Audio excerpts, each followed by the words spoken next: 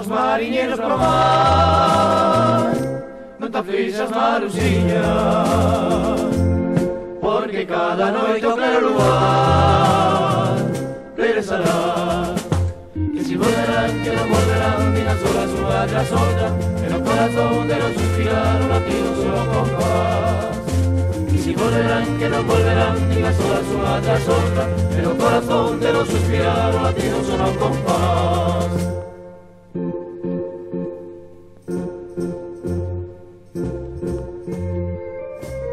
Hoxe tardaron as lanchas, non chores máis, Marusiña.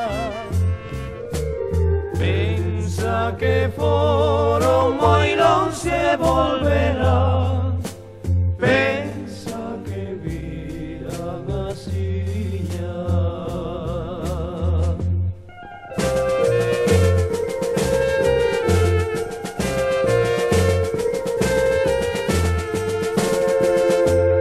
Vense brancas a la lonxe voan, tres gavotas nun outeiro. Marusiña, lonxe lanchas están dos mariñeiros do Seito. Que si volverán, que non volverán, digan solas unha tras outra, en o corazón de los suspirar o latido solo compás. Que si volverán, que non volverán, digan solas unha tras outra, en o corazón de los suspirar o latido solo compás.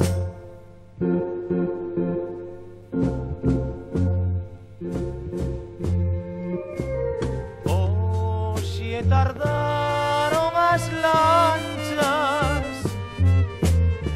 non chores máis, Marusiña. Pensa que foron moi lonxe e volverán, pensa que virán asiña.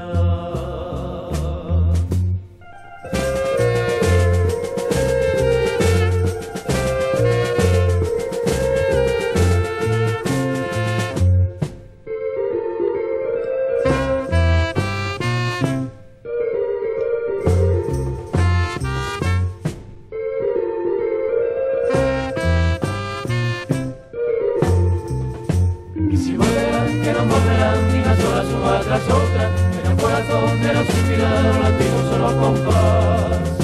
Que si volverán, que non volverán, digan solas unha tras outra, en o corazón de non suspirar o latido solo compás. Que si volverán, que non volverán, que si volverán, que non volverán, que si volverán, que non volverán.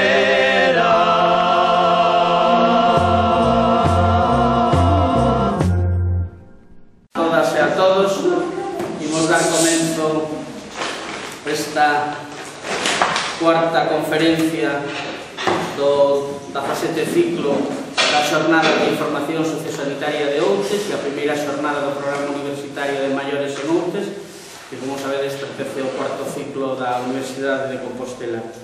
Como sempre, antes de nada, agradecer ao Concello de Outes, ao Centro Social, ao Centro de Saúde, a Sociedade Galega de Gerontología e Seriatría, a propia USC, a Disbismur, que é a Asociación de Discapacitados da Barra de Muros, que é o presente que te vamos a dar, que está aí cando acabe a conferencia, e se merece, se non te damos nada. A Asociación Cultural Terra de Outes, temos aí o cartaz, e temos a Vicente, que, como xa sabedes, no Facebook da asociación están colocadas todas as charlas que levamos dadas, e esta estará colocada cando Vicente prometa, que probablemente sea un par de horas despois de terminada a conferencia. E a Xerencia de Xestión Integrada de Compostela, que nos dá o visto bo para poder facer as charlas. A charla de hoxe, como digo, é a cuarta, é a 126 desde que empezamos esta aventura. E bueno, era unha charla que lle tiña moitísimo interés, porque casi sempre falamos de cuestións clínicas, que era o porqué destas charlas, ese tempo que non temos máis consultas para poder explicar que é unha neumonía, por que a diabetes é tan dramática, porque a hipertensión ten tantas consecuencias, e iso non nos dá tempo a facelo nas consultas. Entón, eso foi o que nos motivou para facer este tipo de charlas, onde con máis calma podemos traer a un experto, unha experta, en un tema concreto e que podamos, ademais, despois preguntarle todo o que queramos, porque despois pasa moitas veces, damos a conferencia e me vides a mí o luns a preguntar que pasou ou isto que me pasa, e iso non é así, hai que preguntarle ao que sabe. Entón, hoxe é unha charla interesante, o digo máis que nada, porque é un tema social e é un tema que ten moita controversia en si mesmo, non? Queríamos, e eu quería personalmente, ver a través dunha profesional desto do periodismo como trata a prensa o tema sanitario. Entón, sabemos que hai moitos lobbies, que hai moitos partidos políticos, que hai moita xente con moitos cartos que ten a capacidade de poder ter periodistas que, bueno, non falan mal deles, vamos a deixarlo así. A partir de aí pasan moitas cousas entre os periodistas e o poder en si mesmo. Entón, ver a relación xa non con eso, o poder, porque eso non é para este tipo de charlas, pero sí a nivel de prensa, noticias impresionantes que vemos últimamente, esos tags cuadridimensionales, esos aparatajes que incluso nos regalan grandes popes de esos empresarios. Entón, si eso de verdad é importante, si non é importante, si é máis importante ter un profesional que teñas cerca e que te poda atender en un momento determinado, unha enfermeira, un traballador social, un médico, e que non teñamos que esperar 5, 6, unha semana para que nos atendan dun proceso. E supoño que o aparataxe é importante e dá moi ben nas fotos, pero non creo que sea máis importante que poder ter un pediatra ou poder ter un profesional sanitario que nos atende en un momento determinado. Entón, para falar deso e dos diferentes conceptos, porque veredes que vamos a ter moitas visións do que o problema sanitario en si mesmo, si é que a sanidade ten un problema, porque ahora quen pense que non, probablemente oímos casi todos os días que isto é o país de las maravillas, e despois o que utiliza a sanidade real, pois pasa o que pasa. Entón, non me quero enrollar máis, o deixaremos despois para o coloquio, pero xa me dixo María que bueno, que podedes interrumpir, pero bueno, casi recomendaría que as interrupcións sean para cousas moi puntuais e que, ao final, guardemos o coloquio. Ela non ten prisa ninguna, iso que ten que ir hasta lá, hasta Arcade, me dixo que tiña unha docena de ostras esperando por ela, pero ir hasta Arcade, así que salgamos de aquí, ten moito valor. Entón, bueno, sin máis, agradecer, como dixe, a quen colabora coas xornadas e, por suposto, a todas e a todos, porque senón, isto, como sabedes, non sería posible. Sin máis, vos presento a María Ovelleiro, ela é directora de Nos Diario, e como temos apuntado aquí, Nos Diario, xa non explicará ela, e como temos apuntado aquí, pois é licenciada en xornalismo pola USC, graduada en educación primaria e, como vos digo, directora do periódico Nos. Un periódico que eu teño a sorte de colaborar con eles e que, desde logo, marca unha pauta e unha tendencia, sobre todo de independencia e, sobre todo, de veracidade nas noticias, incluso nas sanitarias. Isto se pode decir información, se pode facer opinión, pero nunca decir mentiras. E iso non lo vai a explicar hoxe María. Moitas grazas e aí te quedarás con o público.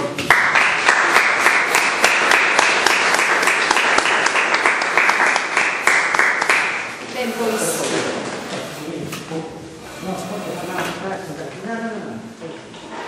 Se non vos importa, prefiro falar así de pé, prefiro vernos mellor a todas e todos, si molesta agora de cara a retransmisión, ademais non moverme moito. En primeiro lugar, quería agradecer a organización destas xornadas, que daba brallada cando Xosé Dios me dixo que era número 126, non? E decíame que era un caso único a nivel europeo de xornadas, de conferencias continuadas desta maneira, e aparte de agradecer a organización que teña a ben realizar este tipo de xornadas, tamén agradecer a vosa presenza, non? Ademais, díxome que sodes un público moi activo, moi entregado e con moitas ganas, non? Entón, isto sí que é algo que a mí satisfaime de maneira considerável, e o que vos quería decir, iso que apuntaba, eu son unha persoa, a mí gustame moito falar, enseguida me lío falando, pero se queredes nalgún momento, iso, interromper, facer alguna pregunta, se tedes alguna dúbida, senón, o continuar a miña intervención inicial, podemos manter un debate, un diálogo, ou se algo do que apunto, hola, non estades de acordo, pois tamén, non? Quería agradecer especialmente as palabras tan generosas de Xosé Dios. Xosé Dios é, ademais, colaborador da nosa casa, de Nos Diario. Eu trouxemos para que coñezades en que consiste Nos Diario, porque é un proxecto que naceu hai escasos 3 anos, agora fixo o 2 de xaneiro, e precisamente o noso nacemento veu marcado pola irrupción da emerxencia sanitaria da COVID. Traíamos tamén o anuario que sacamos en decembro para que coñezades un poquinho as informacións que tratamos máis a fondo, veñen temas sanitarios tamén, tanto de análise como informacións que publicamos no seu día, son pezas informativas destacadas e fixemos un compendio delas para esta publicación que vos traía hoxe por se queredes botarlle un ollo e coñecer máis o que é Nos Diario, non? E como apuntaba antes, Nos Diario nace un 2 de xaneiro de 2020, 2 meses despois, cando comenzamos a rodarnos como redacción, pouquiño a pouco, a entendernos mellor, a traballar mellor, e cando xorda a pandemia da COVID, e como todas as persoas, tivemos que ir traballar para casa. Comento isto por qué? Porque até ese momento é certo que todo o que ten a ver coa temática sanitaria, coa temática científica, coa temática da I+D+I, da investigación, nos medios de comunicación teña un espazo, baixo o meu punto de vista como profesional, moi reducido, non? Apenas cuestións moi puntuais, sobre todo que tiña a ver coas notas de prensa, coa información que se xera desde os gabinetes de comunicación da Consellería, mas é certo que o que son tanto as actividades promovidas pola sociedade civil como moitas veces toda a información relativa a teses que se publican desde as universidades galegas, apenas tiñan espazo. Nos é certo que tanto en Nos Diario como anteriormente en Sermos Galiza, que digamos que o Sermos Galiza foi a nai deste proxecto dun semanario que saía todos os xoves, para nós, desde un primeiro momento, marcámonos como obxectivo que a sanidade fose un dos temas principais da nosa axenda mediática, porque precisamente considerábamos que non tiña o espazo que merecía no sistema de medios de comunicación que hai na Galiza. Entón, desde ese momento, xa desde que sae Nos Diario, anteriormente, como vos apuntaba, en Sermos Galiza, para nós foi unha aposta decidida, tanto todo relativo á ciencia como todo relativo á investigación. E desde un punto de vista de máis crítico. E digo isto porque, como apuntaba, a meirande parte das fontes informativas son todas o que chamamos en xornalismo fontes oficiais, que proceden dos poderes, non? Nos aí tamén queríamos facer un pouco de altofalantes de plataformas en defensa da sanidade pública, de plataformas e asociacións de persoas usuarias, como por exemplo a desta área sanitaria, que é unha asociación moi activa tamén, que chama atención sobre o que comentaba antes Xosé, relativo a falta de moitas veces de persoal médico, de enfermeiras, de celadoras e celadores, etc. Entón, para nós iso, servirnos de altofalante, para unha cuestión como esta tan vital, que ao final nos afecta a todas e a todos, como é a sanidade, era algo vital. Pero tivemos o infortunio, todas e todos, de que chega marzo, declaración da emerxencia sanitaria, e desde ese momento non existe nada máis nos medios de comunicación que a COVID. De súpeto, todos nos facemos expertos en medicina, todos sabemos moitísimo de pandemias, e enseguida, créase esa necesidade informativa no conxunto da poboación de ter que saber máis e máis e máis.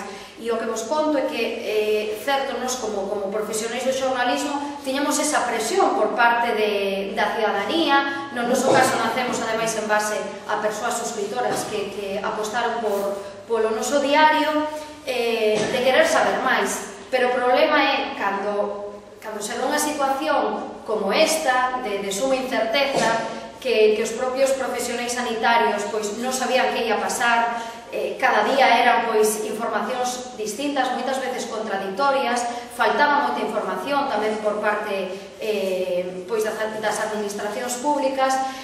Nese momento xórdenos tamén esa presión de dicir temos que estar á altura, temos que tratar de resolver esa necesidade de facer ese servizo público que o que practica o xornalismo, ou debera ser a principal función do xornalismo, é dar esa información e a vez non caer nin no sensacionalismo, nin nas noticias fáciles, nin o que lle chamamos clickbait, que son esas noticias lixo daquela maneira que moitas veces, sobre todo nos diarios digitais, pois o que fan é chamar a que cliques, entres, deas unha lectura a noticia, pero que realmente pois é só para provocar ese enganche. Eu creo que un dos papéis fundamentais que tivo, que houve no xornalismo nestas alturas, ese punto de inflexión da COVID, foi principalmente, e eu querería aquí poñelo de manifesto e ademais salientalo, ese papel fundamental que tiveron os profesionais da medicina. Porque, claro, nós como xornalistas, eu moitas veces fago esta brincadeira de sabemos de todo e non sabemos de nada, porque nós realmente temos que, o que temos que saber é comunicar, o que temos que saber é difundir, divulgar, axudar a que as persoas coñezan unha realidade e axudar a que a entendan. Pero que nós despois non somos expertos en nada. Quero dicir, eu cando estudei a carreira de xornalismo aquí na Facultade de Santiago, na USC, acordome que todos os profesores sempre nos dicían, saíamos dali, vamos, empoleirados, porque pedía moitísima nota para acceder a xornalismo. Sodes os maiores expedientes de Galiza, sodes as mentes máis brillantes, tal, por sacar un 9 en selectividade, pero realmente o que aprendíamos era basicamente a comunicar, a redactar ben, pero que non temos coñecemento, non sabemos de dereito, non sabemos de medicina, non sabemos de ensino, non sabemos, por iso, cando comentaba Xosé ao principio da charla, decía, é importante que coñezamos por parte de profesionais, pero neste caso, profesionais da comunicación e de información, porque despois sí que é certo que a nivel de, temático e máis nun medio pequeno non temos a posibilidade de especializarnos nun tema en concreto e poder dedicarnos, ser especialista en información relativa ao ensino, imaginade, non. Por iso digo que aí foi fundamental e segue a selo o papel dos profesionais da sanidade, porque nese momento as redes sociais tamén contribúen a facer de cale transmisora de todo o que estaba acontecendo. Houve moitísimos perfis de médicos e de médicas que divulgaban a través das redes sociais, nomeadamente de Twitter. Ese momento, sobre todo, cando os profesionais da medicina fan aí unha especie de simbiose, de sinerxía cos xornalistas e poñen o seu coñecemento a nosa disposición. É algo do que temos que estar moi agradecidos e agradecidas.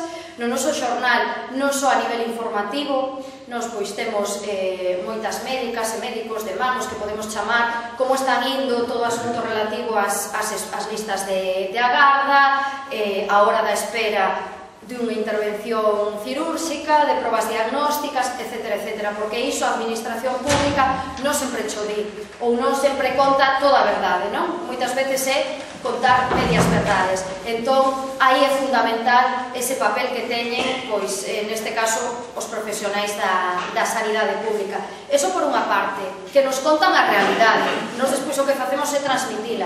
Pero despois, por outra parte, tamén está, eu creo que é moi importante, todo o que saben, non? Falaba antes, Xosé, do importante que eran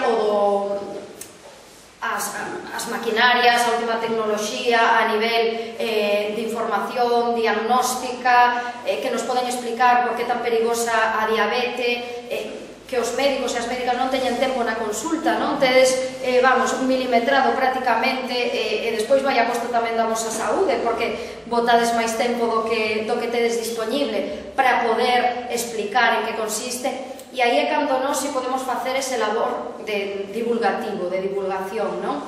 E para iso é fundamental darlles voz a quen saben realmente. Nós non sabemos, e eu aquí, sí que con toda humildade sempre o digo, non? Cando comento estas cuestións, nós o que facemos é simples transmisores, e eu creo que tamén aí o noso papel teño que reivindicalo, non? Como relevante, porque a pesar de que nós non teñamos eses coñecementos, que para algo as médicas e médicos estudaron tantísimos anos, o que sí sabemos é como trasladar esa mensaxe á poboación, porque moitísimas veces é certo que, sobre todo, no ámbito sanitario, no ámbito científico, emprégase unha terminoloxía, un léxico, unha semántica que é difícil de asumir, non? Claro, moitísimas veces, cando leo unha información, corrixo sempre as páxinas do xornal, a última hora da tarde, quedou o subdirector ali, pero sempre estou vendo, revisando os PDFs, e moitas veces eu insisto e digo, non só temos que parecer os máis listos, nin ser os máis inteligentes, non o que temos que facer é que a miña nai, por exemplo, que non ten estudos universitarios, que entenda e que saiba que está dicindo unha persoa, non? De nada me vale que empreguemos unha linguaxe moi técnica ou unha linguaxe petulante, non, o que temos é que empregar unha imaxe dentro da formalidade, non coloquial, pero sí de igual a igual e que se nos entenda, sobre todo nun caso como é o da sanidade que nos afecta tantísimo a todas e todos nós, e máis sobre todo cando acabamos de vivir e de sufrir e ainda continuamos. Eu comentaba a Xosé, ainda dei negativo o venres este pasado coa pandemia da COVID, non?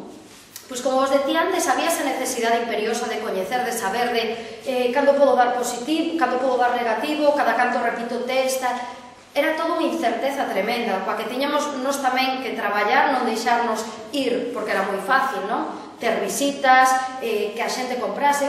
Quedei asustada nese momento porque nos, cando pensábamos, botamos as mans á cabeza e dixemos, un medio tan pequeno que acaba de comezar, imos ir a pique con este percal. Cada quen traballando desde a súa casa, sen ter sistemas de traballo en remoto nin de teletraballo preparado, foi todo así, como nos aconteceu, non? O conxunto da poboación, todo improvisado.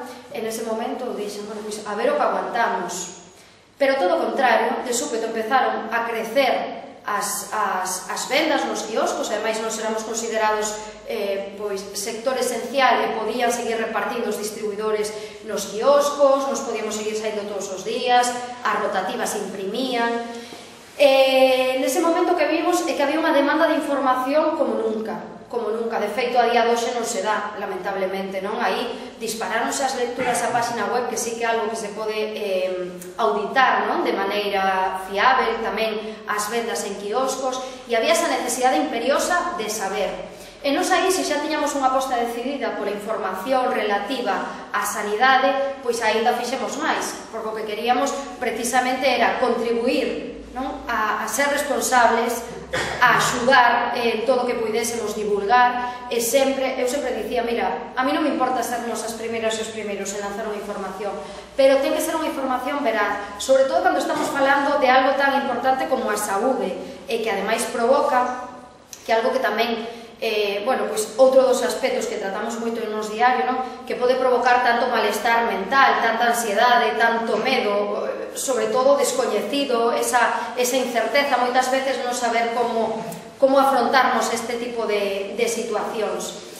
E agora que tocaba o tema da saúde mental, para nós ese é outro eixo básico. Nos todas as semanas levamos algunha información relativa á saúde mental porque digamos que é unha pandemia, dito así de maneira máis informal, é unha pandemia que se está sufrindo e da que non se está falando, e moitísimas veces, é unha realidade completamente estigmatizada. Entón, nós tamén, como medio de comunicación e como axentes sociais, digamos, desde un punto de vista de responsabilidade, tamén temos que facer ese labor de desestigmatizar, de explicar e de normalizar.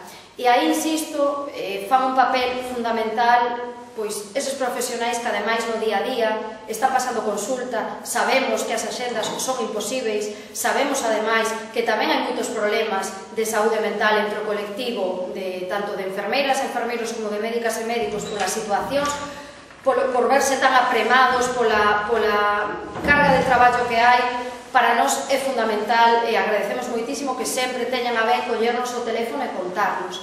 Por qué? Porque aparte desa realidade tangible que todas e todos vemos no día a día, porque ao final a mí faime moita gracia, eu participo nos faladoiros da Radio Galega os mércoles pola mañá, un faladoiro político, hai persoas que poden ser de tendencia máis conservadora, outras de tendencia máis progresista, entón faime moita gracia porque hai xornalistas que defenden moitísimo o papel da Xunta, que pois é algo que respeto por completo, inda que poida non compartir, non? Determinadas cuestións que din, e faime moita gracia porque presenta unha realidade, cando falamos de sanidade, que ali casi nunca presenta unha realidade que eu digo, a ver, é que non fai falta, quero dicir, non fai falta nin difamar, nin inventar, nin nada. Creo que todas e todos coñecemos, porque a vivimos e porque a sufrimos. Vos aquí, polo que vexo, tedes a sorte de contar cun médico que polo que escoitaba aquí, decía, caramba, pero até se implica a hora de formar, de contribuir a formar, a informar, a entreter, quero dicir, unha persoa que digo, isto é unha cuestión de sorte, non? É como cando no ensino, que sei que aquí hai persoas que se dedicaron e se dedican á educación, pois lle toca a un fillo, unha filla túa, pois unha persoa entregada, unha persoa que se dedica, vamos, con total entrega ao seu labor como educadora ou educador, non? Ao final, moitas veces é unha cuestión de sorte. Eu podo dicir, pola parte que me toca, nos temos a redacción en Santiago de Compostela, eu son de Soutomaior, vivo ali, vou e veño, moitas veces, pois, ou coche, sobre todo, tiro de tren cando podo, de transporte público, pero que a nosa realidade ali é terrible. Eu digo, é que non teño nin necesidade de ir a contarme que, non. É que eu, por exemplo, como veño todos os días a Santiago, dixen, bueno, pois, vou coller un médico no centro, no Concepción Areal, que está enfrente da nosa redacción, porque ali polo menos teño posibilidade de pedir cita e ter cita en 3-4 días. E se teño unha urxencia, pois vou ali, presento ali, e sei que me vai atender algún médico, algunha médica. Pero que en Soutomaior non nos pasa isto. A realidade que temos ali é que somos ao redor de 7.500 habitantes e hai 3 médicos, dos cales unha praza nunca se cubre, non se cobre porque hai un médico de baixa, entón 2 médicas que obviamente, como todas e todas as persoas, pois enferman, teñen vacacións, teñen permisos, teñen que sair a cubrir pois a atención domiciliaria. E ali é imposible. Eu moitísimas veces, de feito, ás veces fago a comprobación porque eu non quero mentir, non? Cando sei que imos falar de sanidade ou tal, e digo a miña nai, mírame aí, por favor, na aplicación do móvil, cando tedes cita próxima, cando hai cita disponible en Arcade a próxima vez no consultorio. E de verdade, eu sei que é unha cuestión de cada 15 días, o mellor pediatras, sendo Soutomaior un dos concellos que máis natalidade rexistra. Pediatra agora mesmo, sei pola miña sobrinha, atende polas tardes 2 horas, 2 días a semana. E claro, que supón isto? Ter que ir ao PAC de Pontevedra, que se chama o PAC da Parda, e pois a mala sorte da área sanitaria de Pontevedra, que é das que máis sofren pois a falta de médicas e médicos, chegas ali e de súpeto hai un papel que che pon hoy non hai médicos. Están as enfermeiras de favor, sacando fotos de si las placas e tal, si les receta un antibiótico, pedíndolle a compañeiros médicos de outros centros e de outros ambulatorios. Entón, esta é unha realidade da que habitualmente pois esas fontes das que vos falaba antes, esas fontes oficiais que proceden da Consellería de Sanidade, da que non falan, e de que cando preguntamos, máis feme moita gracia, porque a mí insisto moito en contrastar sempre este tipo de informacións, e cada vez que publicamos algo así pedimos a opinión á Consellería de Sanidade, porque, a ver, nós, como digo, pois somos persoas que vamos aos sitios e vemos a realidade. Entón, vale, Consellería de Sanidade, chamamos, páseme con prensa, e nada, queremos coñecer a opinión da Consellería sobre a situación esta que acontece, pois, na área sanitaria de Pontevedra, a día de hoxe con PAC da Parda sen médico, PAC do Grove sen médico, PAC de Baltar en Sanxenxo sen médico, e PAC de Caldas sen médico. Entón queremos saber que opinión e sobre todo que solucións hai, porque hai moitísimas persoas que están pois vendo adiados os seus diagnósticos ou directamente contribuindo a que as urxencias, o servizo de urxencias, neste caso o Hospital de Montecelo en Pontevedra, este a reventar e que teñas que estar ali cun brazo roto, no mellor dos casos, 8 horas, pero porque non dan abasto. Entón, é unha realidade palpable que todas e todos vivimos, insisto, pero que desde as fontes oficiais non se nos conta, e incluso se negan. E nós cada vez que preguntamos, insisto moito en, por favor, sempre as dúas versións, versión do paciente, pero tamén versión da Xunta. Mándenos un correo electrónico, todo é por correo electrónico, ali ninguén quere dicir nada por teléfono, mándenos un correo electrónico, e entón, bueno, con sorte contestan algo por correo electrónico, pero na meirande parte dos casos non, porque é tan... Eu creo que a realidade agora mesmo, pois, é tan fastidiada que pouco máis se pode dicir, non?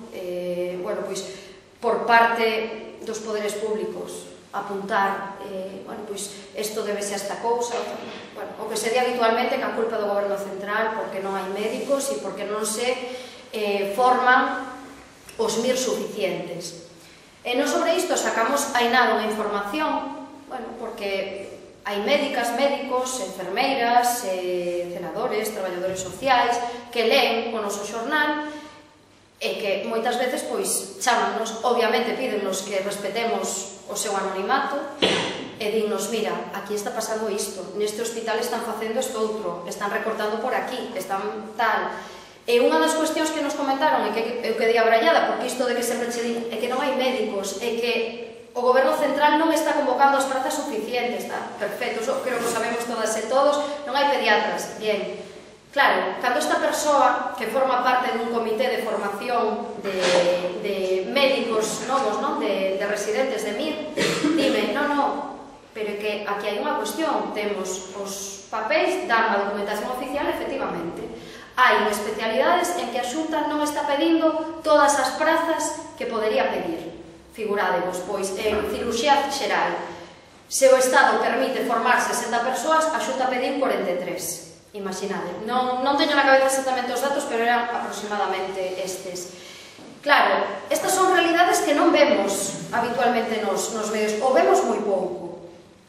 Nos chamamos a Xunta, non nos contestan, non, tampouco é así e tal. Pero bueno, unha cuestión que eu creo que é unha responsabilidade nosa dar a coñecer, a pesar de que despois iso tamén para nós ten unhas implicacións.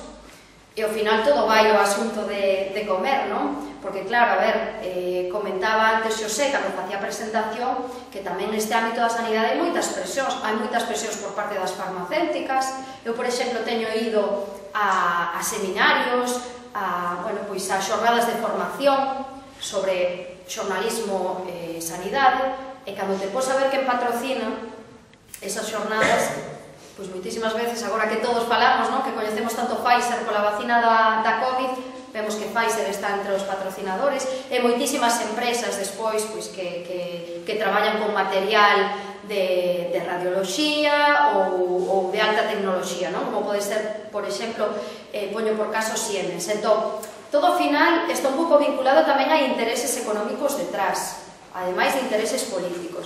Entón, no noso caso, que é o que acontece? Que a mí tamén é unha cuestión que me gusta poñer sobre a mesa, porque é unha realidade que temos aí.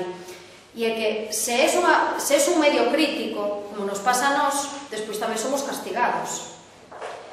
E isto que implica é, hai convocatorias de axudas públicas por parte da Xunta, que son publicadas no DOGA, e ainda que se cumpran os criterios, como pasou no noso caso, pois non se conceden axudas. E entón concédense axudas só os medios pois que non son tan críticos, non? Claro, nos ao final, se estamos día tras día, viña agora pensando no coche e decía, coas páxinas que vin ante o de agora, te chegar aquí ás 6 da tarde, a nosa páxina 3 de mañán vai sobre a cantidade de días que hai que esperar para acceder de media na Galiza a unha consulta co médico ou a médica de familia, non?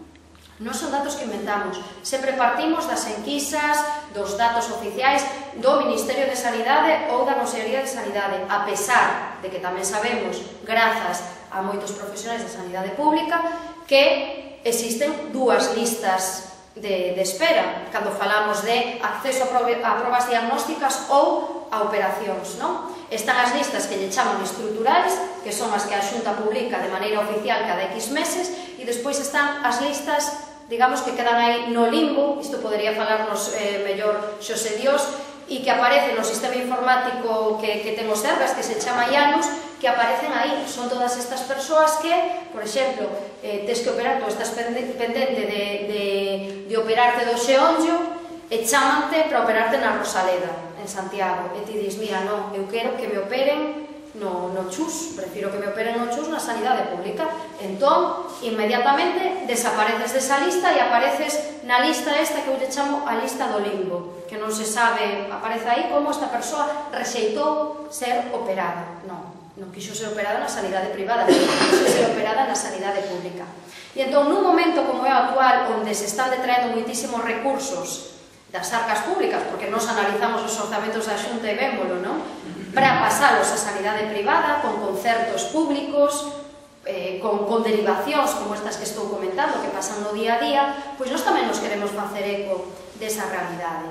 Logo tamén, evidentemente, tiramos moitísimo do Gabinete de Comunicación da Consellería de Sanidade.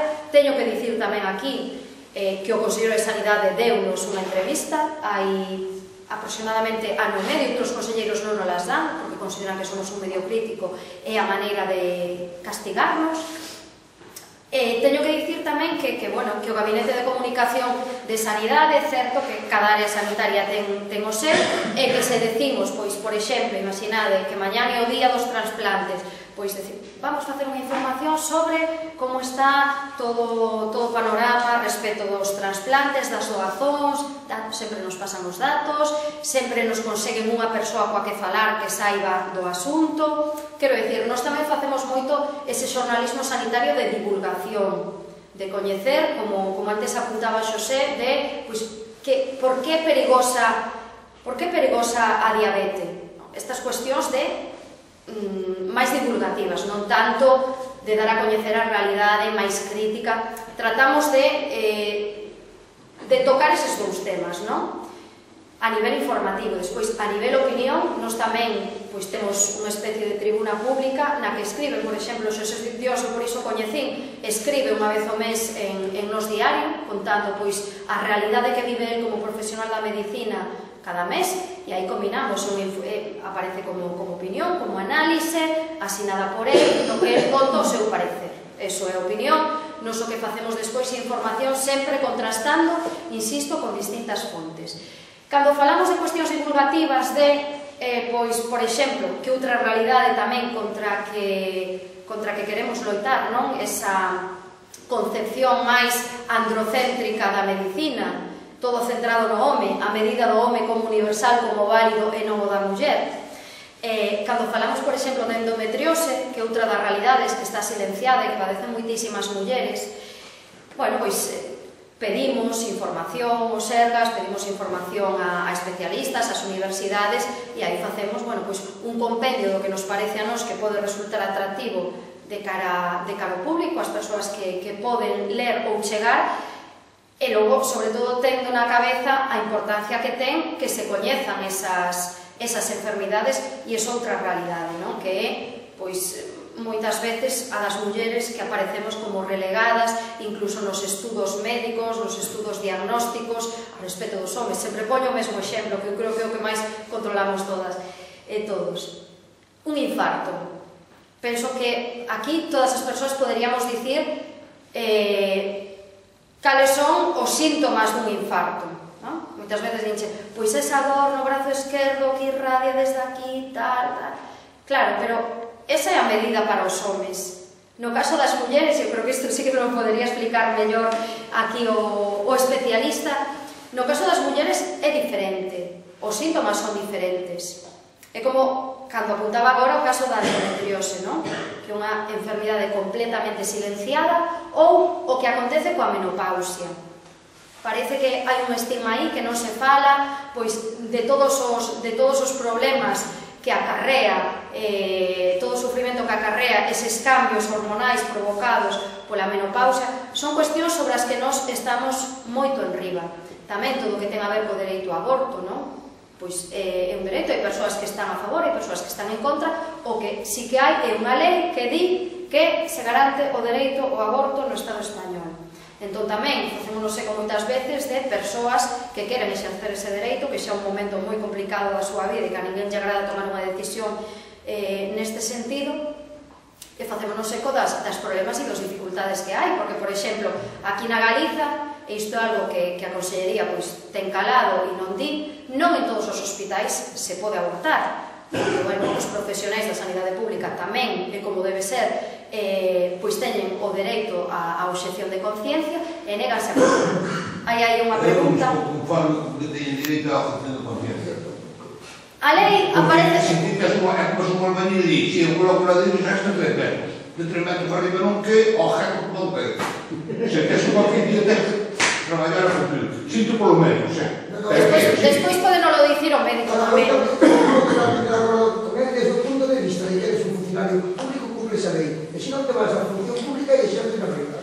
Pero sí que é certo unha cuestión, eu podo opinar así, porque sí que hai realidades, non? Poño por caso o Hospital de Burela, na Mariña, que é un hospital que saiu a palestra, porque, acórdome que ademais foi Sermos Galiza, isto xa foi hai, pois non sei, Sermos Galiza, fixemos 10 anos o ano pasado, isto debe haber como 8 anos, fixemos público que no Hospital da Mariña era imposible abortar. Por que? Porque todo o equipo de xinecoloxía négase a practicar abortos. Entón, vemos o caso dunha muller que, aparte, quero dicir, vimos os informes médicos, tal, que tivo que abortar, bueno, pois o bebé viña cunha malformación moi importante, que morrería se quedaba nacido, bueno, pois negáronse, adiáronlle moitísimo todas as probas, tal, bueno, de verdade, que foi, eso podería cualificarse mesmo de tortura psicolóxica. E esta persoa tivo que ir finalmente a abortar a Madrid, e tivo consecuencias moi graves, que non puido ter máis fillos a raíz, porque todo se complicou ao final, e en Madrid dixeronlle que era por toda a demora que sufriu. Entón, destas realidades nós tamén queremos falar, con independencia de que poidamos estar ou non de acordo con obxección de conciencia, porque obxección de conciencia, estamos ou non de acordo, é algo que está recollido no ordenamento xurídico. E aquí, moi mal, pero está na Constitución e nós non temos que partir. Cando yo lo cojeta no público, non o ajeta no privado. Pero eso xa sería outra cuestión, que claro. Que tamén pode pasar, non? Pode pasar, En todos os oficios, non me imagino. En todo, efectivamente. Nós o noso oficio non temos ese tipo de problemas. Bueno, é unha forma de velo, pero é unha realidade que non se di, é unha realidade que non se di, E moitas veces, cando pos sobre a mesa, eu comentaba isto porque a semana pasada, no faladoiro da Radio Galega, falábamos do aborto polo que aconteceu con Vox en Castela e León, e claro, falábamos moito Castela e León, tal, o que pode pasar, tal, e eu dixen, sí, vale, dai a miña opinión sobre iso, pero dixen, ollo, porque aquí hai en hospitais onde non se practican abortos porque non se pode, porque non hai equipos médicos que o fan. Eso é mentira, eso é mentira. Non é mentira. E curiosamente, o día seguinte, a Voz de Galicia, que o xornal máis lido, apareceu unha información onde puña que o 70% dos abortos practicados na Galiza realizábanse en hospitais privados. O 70%. Unha información, por certo, que sacamos nós a inicios deste mes. Non sei se era na primeira semana de xaneiro, penso que foi. Entón, como apuntaba, son cuestións que compren tamén dar a coñecer, a parte desa outra faciana máis divulgativa ou máis socialmente responsable, non? A outra tamén é importante dar a coñecer. E a outra tamén, a mí por moito que me diga, eso é mentira e tal. A xente, quero dicir, inda que moitas veces nos tomen por parvos, por parvas, pois vemos o que hai na realidade, porque ao final non somos tamén usuarias dos servizos públicos, sabemos as esperas que pode haber, sabemos as distintas realidades. O comentábamos agora, podíamos decir, para ir ao médico teño que botar 20 días. Non, é a verdade que no meu centro de saúde de Santiago, claro, isto que implica que cando dou positivo en COVID hai 15 días, estou en Arcade e ali non teño médico. Teño que chamar ao centro de saúde de aquí, mira, non, que dirán, pero esta rapaza parva, porque non está. Pero sí que hai sitios onde hai esa realidade de 20 días para poder ter unha consulta co profesional médico ou médica. E despois está tamén todo relativo a telemedicina, non? Que lle chamo agora, incluso a videomedicina, que agora que se manda unha foto para ser diagnosticado ou tal, que en moitísimos sitios, pois, todo consulta telefónica. Precisamente tamén vindo para aquí, xa estaba falando dos temas nos que íamos traballar de venres para sábado, e falaba cun compañeiro que me dicía, non, que tiña datos do Ministerio de Sanidade que dicía que Galiza é a comunidade autónoma con menos presencialidade nas consultas médicas, non? Aquí creo que tedes sorte, que podedes ir directamente, pero hai moitos sitios que aínda prevalece esa consulta telefónica. Ben, dito isto, non sei como vou de tempo, porque eu enseguida me poño aquí a falar. Bueno, 5 minutiños máis, e se vos parece facemos así este diálogo, porque sí que tamén quería apuntar outra cuestión que me parece importante, non? Cando falaba antes dese punto de inflexión que causou a COVID, tivemos moitas dificultades, insisto, como moitísimos outros sectores, sobre todo no da medicina, para ter información veraz e de primeira man. Eu acórdome que aquí, conforme digo que hai cousas que se fan ben, e que chamas por teléfono e pides un especialista en cardioloxía porque mañán é o día das enfermedades cardiovasculares e queremos saber a incidencia, tal, e sempre che consigue unha persoa coa que falar, perfecto, habitualmente non son persoas críticas co labor da Consellería de Sanidade, pois, bueno, supoño que aí hai xefes de servizo que imagino que non porán de xefe ou xefa de servizo a xente crítica, despois vemos como van dimitindo en cascada esas persoas e hai aí tensión, non sei, non nos metemos, non? Cuestións divulgativas, tal, presentamos o que nos comentan os profesionais médicos que somos, que ademais teñen os coñecementos sobre ese asunto, pero claro, atopámonos coa COVID e de súpeto vemos que aquí era imposible coñecer como estaba a realidade. Empezamos a ver como pechan as áreas perimetrais aquelas, non sei se vos acordades, que iban pechando por áreas perimetrais, que non sabíamos a todo onde podíamos chegar, até non para ir a compra, para tal. E claro, cada vez que chegaban a nós os medios de comunicación a documentación que a Xunta enviaba ao xulgado para pedir eses peches perimetrais que teñan que estar autorizados pola Xustiza, neste caso polo Tribunal Superior de Xustiza da Galiza, claro, aí víamos informacións que eran tremendas, porque de súpeto aí sí que tiñamos acceso a coñecer cal era a incidencia por poboación, por cada 100.000 habitantes, porque o que sabíamos era algunha filtración, algún medio de comunicación que nos dicía, pois, que o mellor que en Santa Comba a incidencia era de, X persoas por cada 100.000 habitantes, non? Pero despois non coñecíamos o de Outes, ou non coñecíamos o de Noia, porque non o facían público. E nos chegamos a facer unha reportaxe, porque eu, gustábame moito, estaba así bastante, son unha persoa tamén con esta ansiedade que provocan as incertezas e todo o que tiña a ver coa emerxencia sanitaria, non moi preocupada de ler o que estaba pasando en Italia, en medios de fora, e claro, había outros medios do Estado español que tiñan información por concellos, que tiñan información das camas ocupadas, tanto nas UCIs como nos hospitais, e nos aquí non. Agora quedanos moi lonxe, pero eu antes estaba revisando para contarvos aquí, decía, quero dicilo con coñecemento de causa, eu pensei que fora en setembro cando houbera o cambio, pero non. A pandemia declarase en marzo de 2020 e até outubro de 2020 non había esa páxina web do Sergas que era coronavirus.es ou .gal, non existía, non tiñamos información de incidencia, non sabíamos cantos novos positivos había cada día, non entendíamos moitas veces con eses peches perimetrais e por que eles sí están pechados e nos non, e por que nos non podemos sair. Eu creo que ademais son unha persoa, pois igual pola miña formación e pola miña dedicación profesional, que creo que sobre todo cando falamos de graves crises como a que vivimos, que a información ten que ser fundamental, e ten que haber transparencia, e non pode haber opacidade, e non pode haber ese paternalismo coa sociedade e que nos impidan coñecer que está pasando. Eu creo que todas e todos somos o suficientemente responsables, incluso a xente nova que moitas veces se criminaliza tamén, todas e todos somos o suficientemente responsables para saber da situación que se estaba vivindo nese momento e queríamos coñecer a realidade. Por que se nos furtaban as cifras oficiais aquí? Por que en Murcia eu podía saber cantas camas na UCI había ocupadas e aquí tiñamos que chamar a Consellería de Sanidade, non nos daban esa cifra? Tiñamos que conseguir teléfonos de persoas que traballaban nas UCIs, do Chus, do Hospital Álvaro Cunqueiro, de Montecelo, do de Lugo. Xente, pois, ao final, por coñecidos, por tal, por favor, decídenos cantas camas están ocupadas a día de hoxe na UCI, porque era algo que non se sabía, que non querían transmitir. Despois víamos nos teletipos ou nas notas de prensa que mandaba a Xunta, saía Feixóo dicindo que se lle cedía a Ayuso non sei cantos respiradores. E nos preguntábamos, pero hai respiradores suficientes nas UCIs galegas? As UCIs galegas están con maquinaria e hai camas suficientes para atender a poboación? Había un descoñecemento tremendo.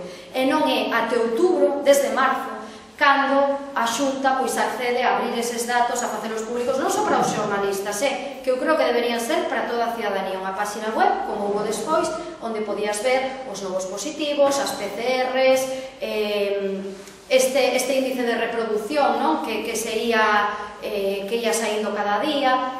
Entón, eu creo que, sobre todo nun caso así, isto como cando se montan, que vemos nas películas, os gabinetes de crises, cada vez que aparece unha catástrofe e saen os responsables de turno do goberno falando, que é fundamental transmitirlle a xente a información, e toda a información, todos os datos. É como cando imos ao médico e nos pintan a realidade, nos contan todo o que hai, que moitas veces decimos, non facía falta saber tanto, tal. Hai que saberlo, temos que ser responsables todas e todos e ocuparnos, non? Como persoas que somos do que está acontecendo. E eu lembro-me que daquela fixeramos un estudo de como as comunidades autónomas, os gobernos autonómicos, trataban todo tipo de información relativo ao coronavirus, e resulta que as únicas comunidades autónomas que non daban toda a información, falo de información básica, non estou falando de por barrios, ou por sectores, ou por... non. Era Galiza e Extremadura.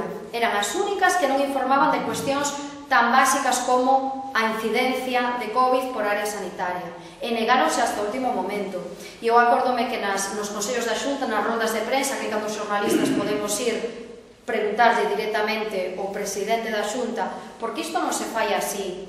E sempre pasaron.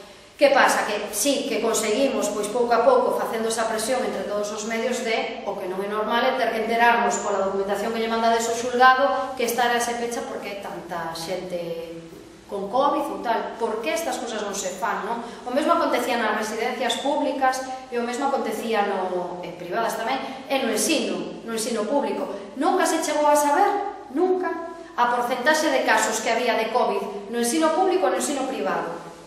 Que, home, a mí como cidadán pareceme interesante saberlo. Por que? Porque podo decir, bueno, pois poden ter máis recursos para facerlle fronte ou non, ou en franxas de idade se lle afectaba máis pois a nenos máis pequenos, se non, xente que decidía pois non levar os nenos ao colo e tal. Quero decir, eu aí acredito moito na capacidade de cada quen para tomar unha decisión, pero que estea baseada na realidade e en datos, que non nos furten ese dereito que temos nos a exercer, a ser, a opinar e sobre todo a decidir, non? E isto foi algo que, bueno, pois que padecimos esa política escurantista ao longo de moitísimo tempo, e o que teníamos que facer era pois ir chamando a médicos que tivesen a ben contarnos un pouco como vían a realidade, e despois outros profesionais que eu acórdome que lle fixeron unha entrevista a un enfermeiro de Ourense, acórdame que caera coa Semana Santa, que deu de ser a principios de abril. Era destes, acordades vos que saían as fotos nas redes sociais coas marcas todas das máscaras apretadas, das gafas, tal, e mandárame nunha foto, decíalle eu mima, e contábanos como vivía ali esa situación, o medo que pasaban tamén por esa incerteza, esa realidade que descoñecían, de eu teño medo a leválo a casa, a levarle a miña muller, a levarlle os meus fillos, tal.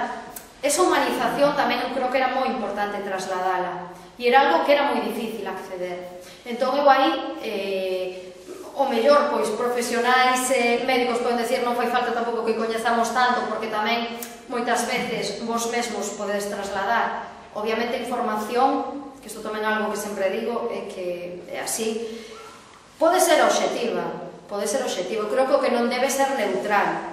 Cando se atacan os dereitos humanos, por exemplo, nós como xornalistas pois non debemos condenar iso, non debemos ser neutrais, e dicir, oye, desde o momento en que hai unha persoa como médico, por exemplo, que está transmitindo unha información da súa experiencia do que sexa, poñemos por caso isto da COVID, non?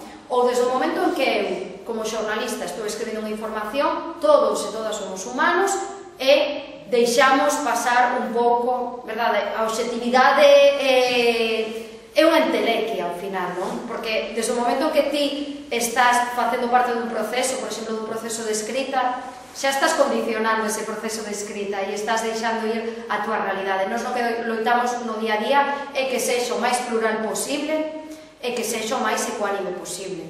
E aí sí que é moi importante, volvo a insistir, sempre no contraste das informacións. Vale, bien, estes profesionais estame dicindo que as súas axendas son así, son asá, que isto pois que é inasumible, que en moitos días pois teñen máis de 60 persoas cada médica ou cada médico, que é algo que é unha aberración. Vale, ben, pero que día consellería tamén? Eu creo que iso é moi importante, e eu creo que iso tamén é o que nos dá veracidade, o que nos dá seriedade e rigor. A mí non me vale que manden unha nota de prensa e se faga copy-paste, que é o que chamamos copiar e pegar. Home, si, o fácil para nós, por suposto, o fácil, mas un medio pequeno, que queremos dar moitas informacións e non podemos chegar a todo e tal, é o fácil. Pero non se debe caer niso, sobre todo cando se trata dun asunto tan grave, tan importante como é o da saúde. Agora sí que xa que eu me envalentono aquí, son as 7:30, entón, se vos parece, deixo aquí o meu speech e prefiro que me preguntedes vos cuestións que vos semellen interesantes, sobre todo, pois eso, relativo ao ámbito da comunicación, se tedes alguna dúbida ou algo que vos esperte especial interese, podemos manter así unha charla, se me dá permiso aquí o... Sí, pero vamos a sentar. Sí, aplaudimos.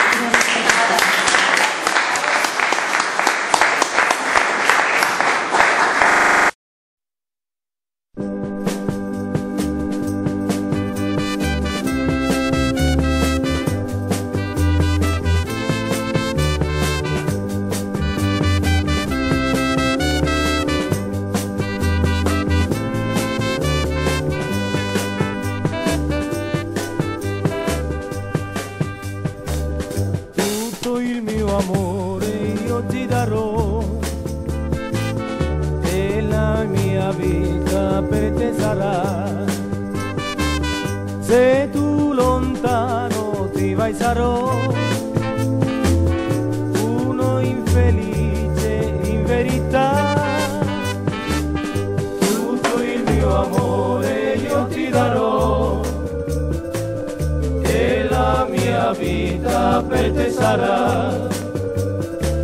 Se tu lontano ti vai sarò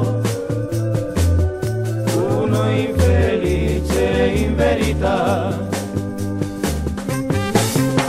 Amore, io ti amo a te, ti voglio bene.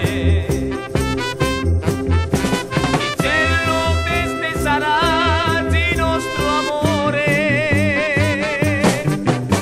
Se tu ci resta con me, io con te sempre. Dalla vita sarò con il mio cuore.